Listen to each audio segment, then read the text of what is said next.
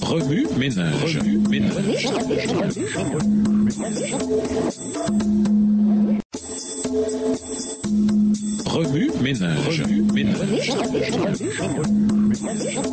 Bienvenue dans votre émission Remue ménage. Noir de lundi, les habitants de Canaan, interprété. Si le seul but de Dieu avait été de trouver une patrie pour les descendants d'Abraham, il aurait pu leur donner un territoire inoccupé. Au lieu de cela, il choisit de leur donner un territoire sur lequel plusieurs peuples différents habitaient déjà, sachant que son obtention entraînerait de nombreux conflits avec ces peuples. Il est important de noter que Dieu ne se désintéressait pas des nations qui avaient revendiqué le pays. S'il ne s'était pas soucié de ces nations, il aurait pu les chasser immédiatement et donner le territoire à la famille d'Abraham. Au lieu de cela, il retarda la conquête de Canaan pendant plus de 400 ans, manifestant continuellement aux nations sa miséricorde malgré leur méchanceté croissante.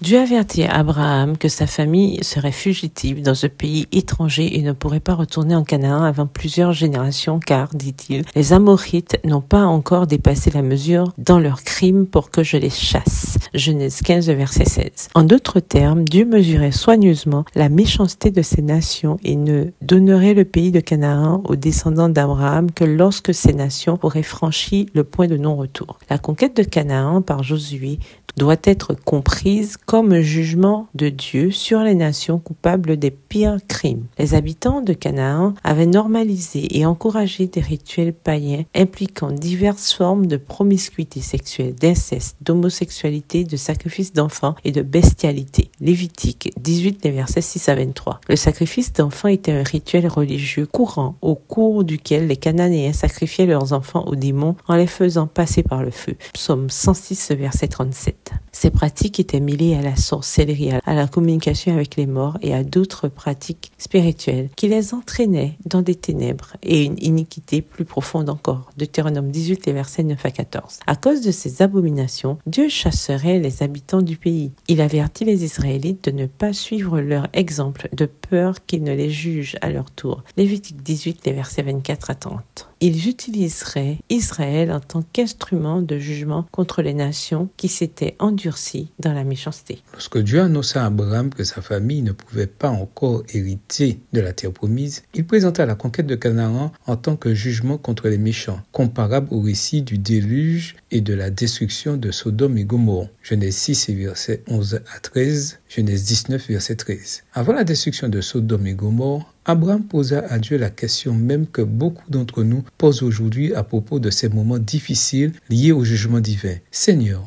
vas-tu vraiment faire périr ensemble l'innocent et le coupable? Genèse 18, verset 23. Abraham voulait être rassuré sur le fait que Dieu ne détruirait pas indistinctement les innocents et les coupables. Il n'est pas possible que le juge de toute la terre ne respecte pas la justice. Verset 25.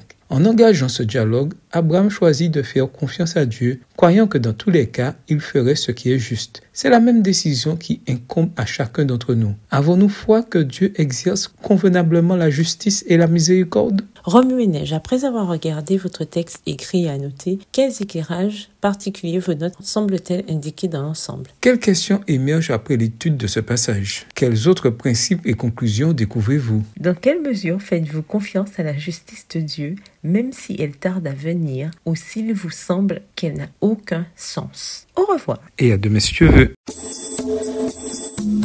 Remue ménage. Remue ménage.